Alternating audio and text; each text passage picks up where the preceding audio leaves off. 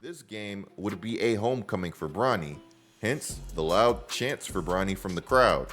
And that's what I like about him. He tells you what he's going to do, and he sticks with it. Mitchell has 22. We want Bronny in Cleveland. Down the lane, he puts it up and in and draws the foul. Wow. Coro commits the personal. All right, welcome back to the channel, everyone. Hope you all are having a good day so far. So, scrolling through my feed as usual, I saw this video from Get Like Coop, and this video is called "The Lakers Have Lost Control of the Bronny James Situation." Now, Coop's channel, I know it's one of those I've been watching for like on and off for a couple of years now, I feel like, and I always recall solid stuff here. So I'm gonna play this video, but I'm also going to link the original link down below in the description box. So if you guys want to watch this video without my commentary, or if you like this video and you want to check out Coop's YouTube channel, subscribe over there, all that good stuff, and see what else he's got.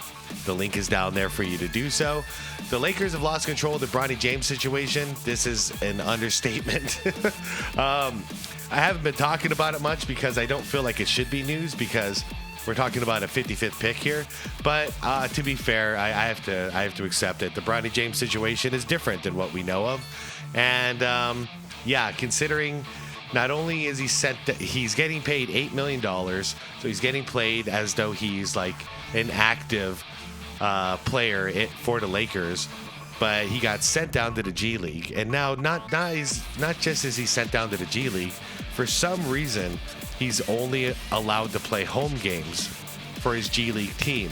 I think they're the South Bay Lakers or something like that. That's the thing that's got me confused. Like, why is he not allowed to travel with his team and go play away games? Hopefully this video explains that to me, because I actually don't know the answer. Anyways, everybody, please like the video. Helps it get out and helps it perform. And let's see what Coop has to say about this. It's been super polarizing.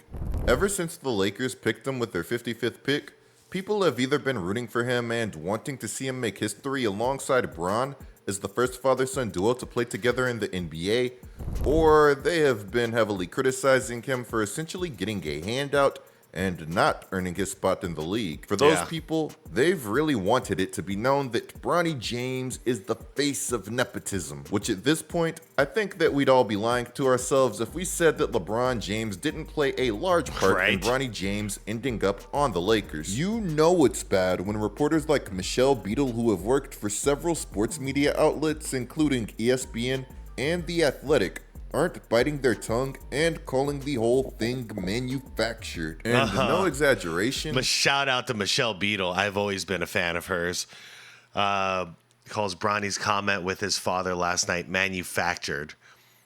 If this isn't manufactured, then I don't know what the word manufactured means. But again, I'm not impressed. And I thought this was ridiculous.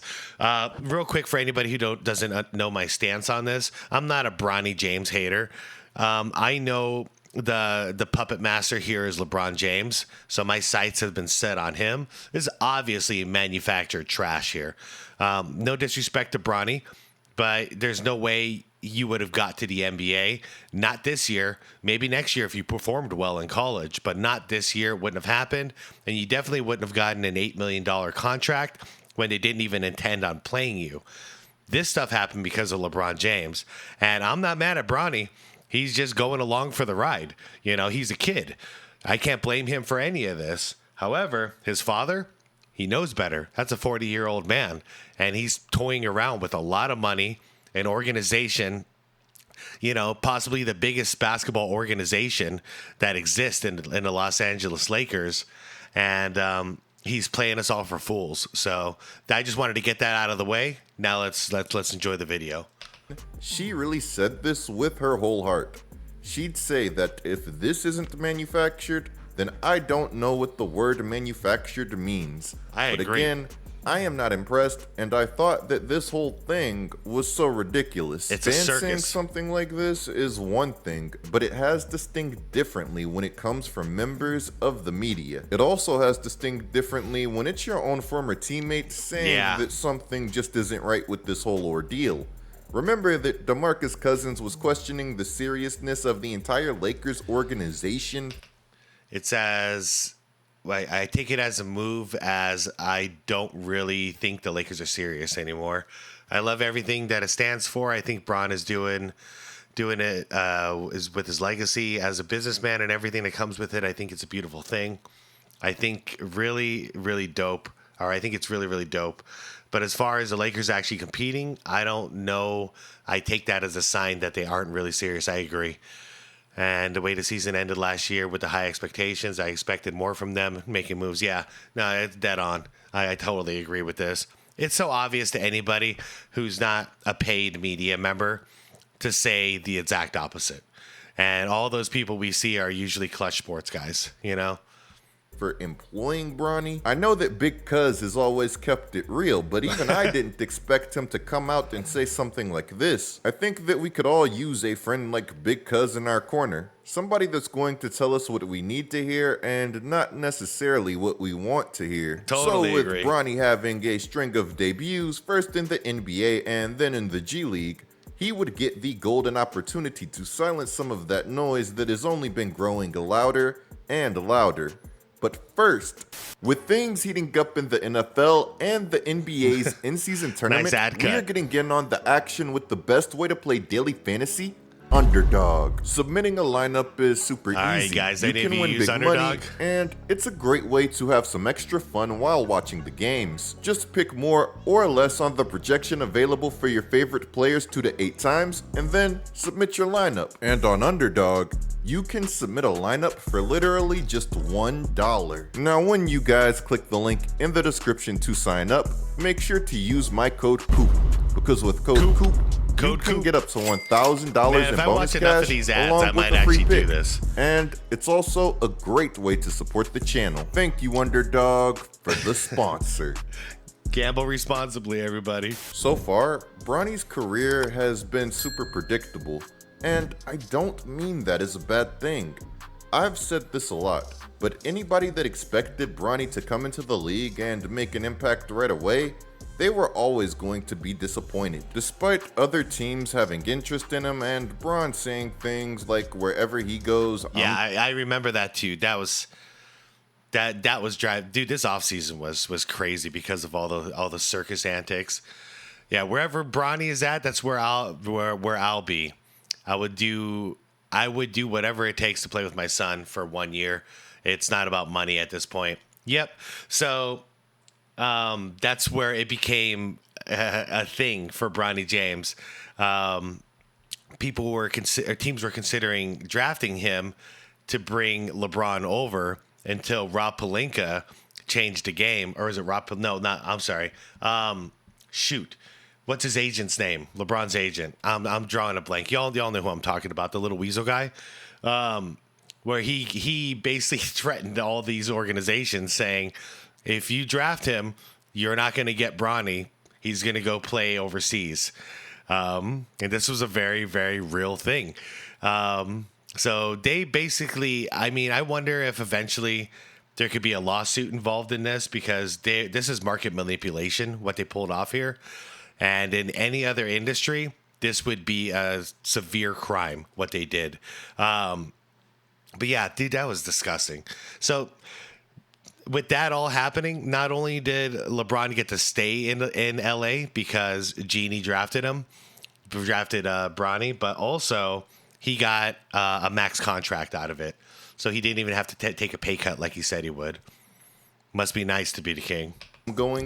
There's a reason that Bronny James was the 55th pick in last year's NBA draft, despite his father being LeBron James. And that's because Bronny was never NBA ready. Again, Bronny was always going to be a project for whoever drafted him. So let's talk about Bronny's NBA debut. His debut would come in the Lakers season opener against the Minnesota Timberwolves. By the way, it's total proof that this is all spectacle. 4 minutes left in the second quarter, opening game. You have all your starters in at that point. This has been the way since I've been watching basketball in the 80s. You have your starters in here just like you would in the last 4 minutes of the fourth quarter. And honestly, it's really about the last 8 to 10 minutes of the second and the fourth that you have your starters in. So checking in Bronny James with his father, this was total. This was just made for TV, man. That's all it was. This wasn't about a sport. And in all honesty, his debut was very underwhelming. He played 3 minutes and didn't score a basket. Yeah, that's what we all expected. That didn't matter because him and Bron would make history. Who cares about a basket when you're making history with your dad? This game would be a homecoming for Bronny. Hence, the loud chants for Bronny from the crowd. And that's what I like about him. He tells you what he's going to do, and he sticks with it. Mitchell has 22. We want Bronny in Cleveland. Down the lane, he puts it up and in and draws the foul. Wow. Coro commits the personal. The crowd wanted Bronny, and thanks to the Lakers getting blown out, Bronny is exactly what they got. Bronny would check in with 5:16 left in the game, and of course, the crowd went crazy every time this man touched the ball. It was only right that this game Bronny would score his first basket. I don't get it, everybody. Outside of his father, what's like so spectacular about watching him play basketball? He's just, I mean, he's like freshman college level right now. Why is it so like such a big deal to watch him on the court? I don't understand it. Are people this enamored by celebrities that they even care to watch their son play the sport? Like, is that a real thing? Because LeBron is such a big celebrity, it's this big of a deal. Because I see Bronny as an individual. He's his own man. And he's not ready for this. So why would I want to see somebody who's not ready to be in the NBA play in the NBA? To me, it's embarrassing. And I feel bad for him because he's just out there embarrassing himself. Like, I don't like any of this. It's definitely not something to celebrate. First basket would come on a contested midi with about 2:06 remaining in the game. I just know that Mike D'Antoni saw this shot and instantly turned his TV off. I want my team to personally play to the analytics, but when it comes to other teams, long live the mid-range, man. This shot would be a cool moment for Bronny and the crowd, but that's exactly what these short stints of mostly meaningless NBA action have been producing for Bronny. Moments. For Bronny to have any shot at developing into a decent pro, he needs more than just a few meaningless minutes when the game is already out of reach. The good thing is that the Lakers knew this upon drafting him, which is why that the plan for Bronny was always to have him split time between the G League and the NBA. This plan would be something that Bron, JJ, and Pelinka had all discussed. Guys, Bron isn't beating those late GM allegations anytime soon, is he? For a lot of people, including if anybody out there is a GM denier, come on, you guys. Like, I get it. 10 years ago, when it all started, there was a little bit of like, we're not sure, but it is a little fishy.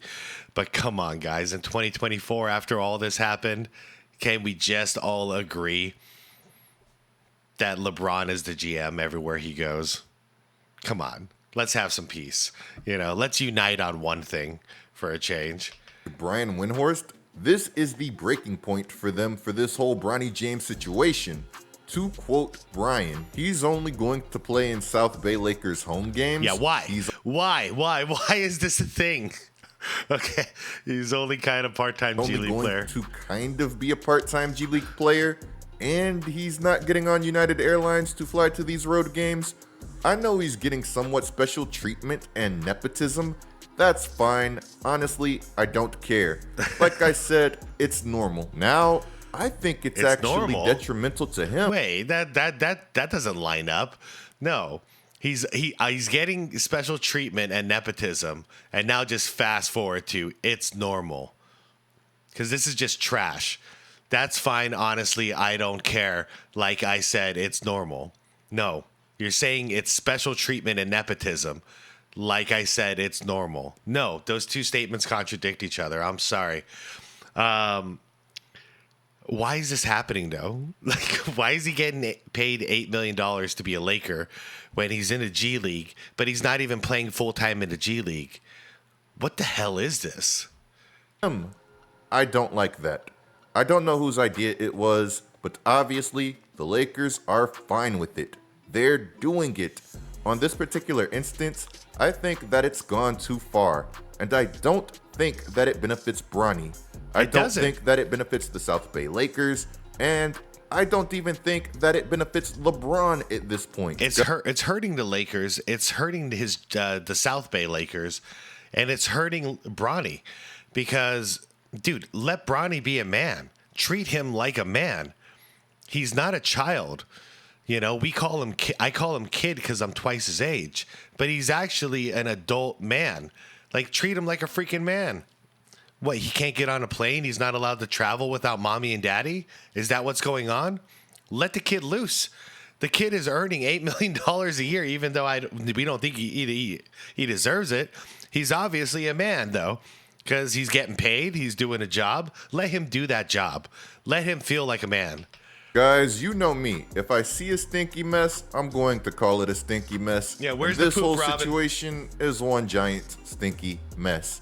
This is a distraction for a team that definitely doesn't need any at this moment in time. November 7th, Shams would announce that the Lakers were assigning Bronny to their G League affiliate, where he'd debut against Salt Lake City before rejoining the roster. Bronny's debut would be the most highly anticipated debut in the history of the G League. Once again, why? Why are people spending their money on this?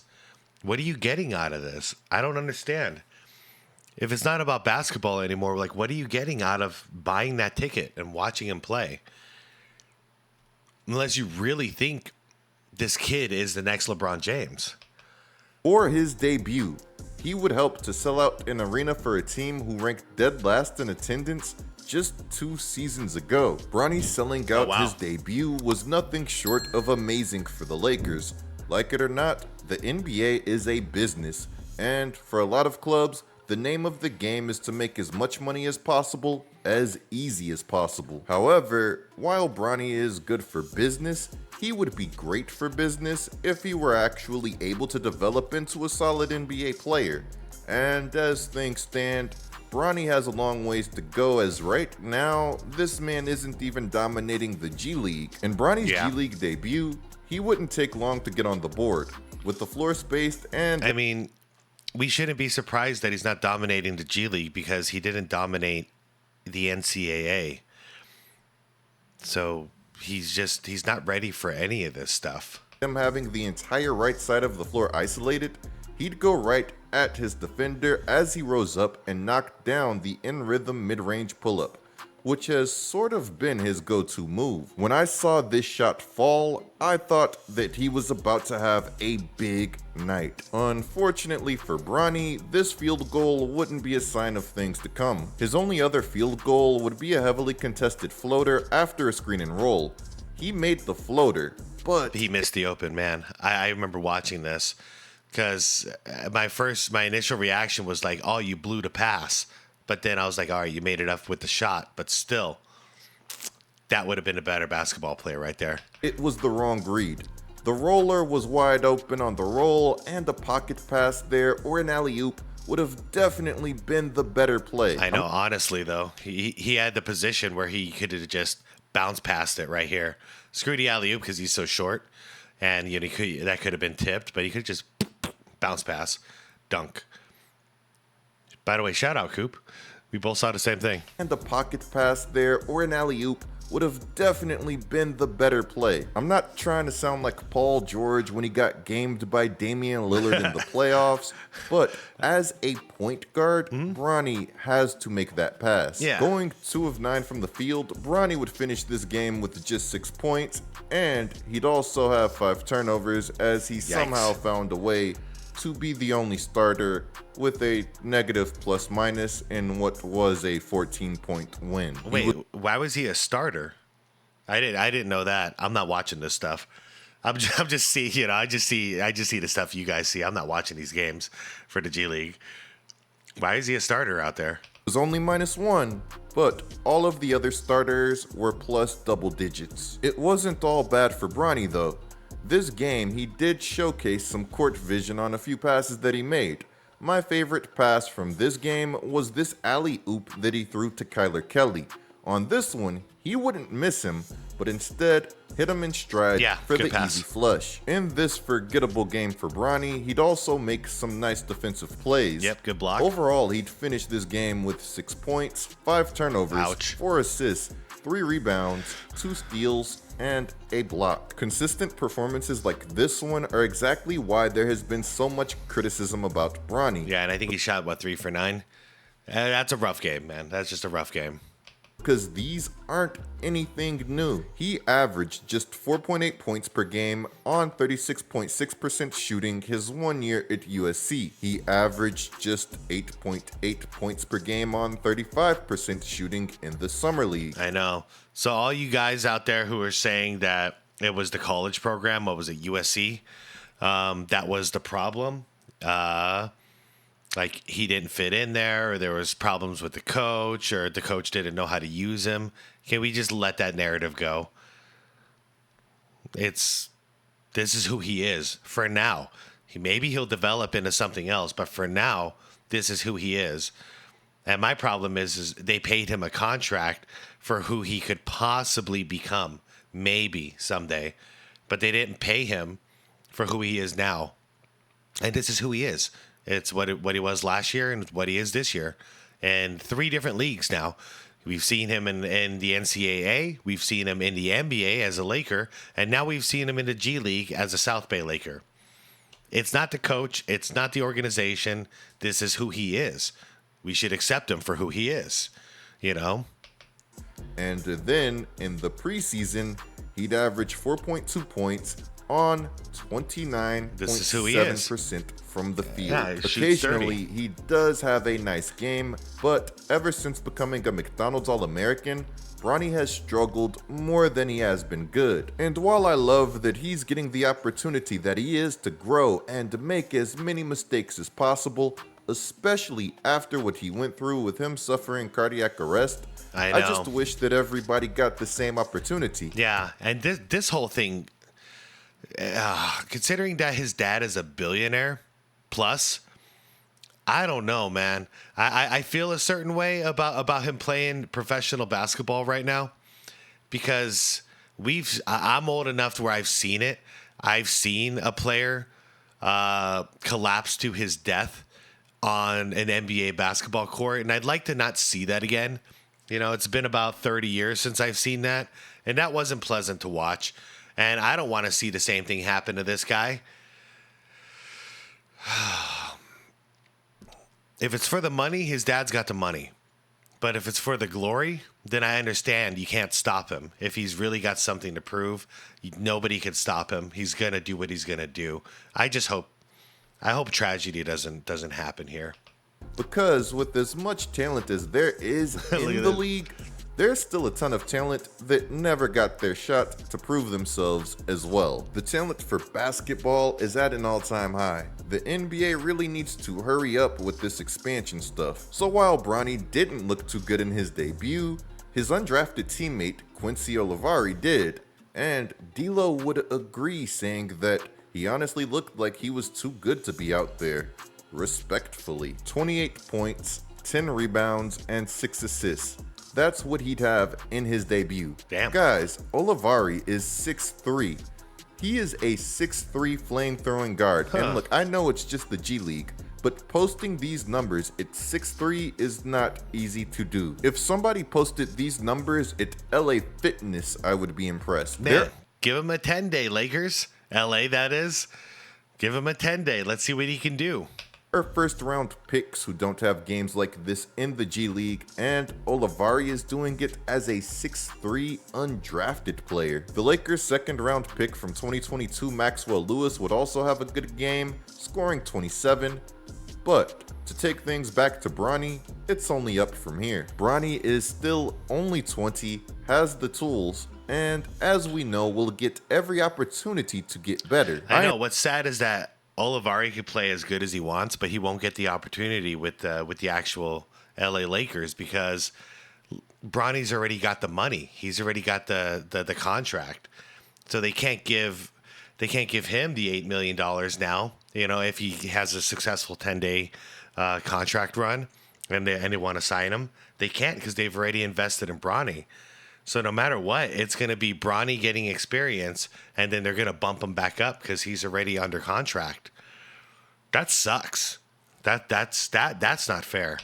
I am actually looking forward to seeing the Lakers letting him go full Russell Westbrook in the G League as they work on developing his game, because with Bronny's archetype, this should produce some really fun stat lines, both good and bad. You already know that we're going to be there to break those stat lines down, so be sure to subscribe so that you guys don't miss those videos or any other video of mine for that matter. Anyways guys, there's some more going on in the basketball world right now that I need to be covering.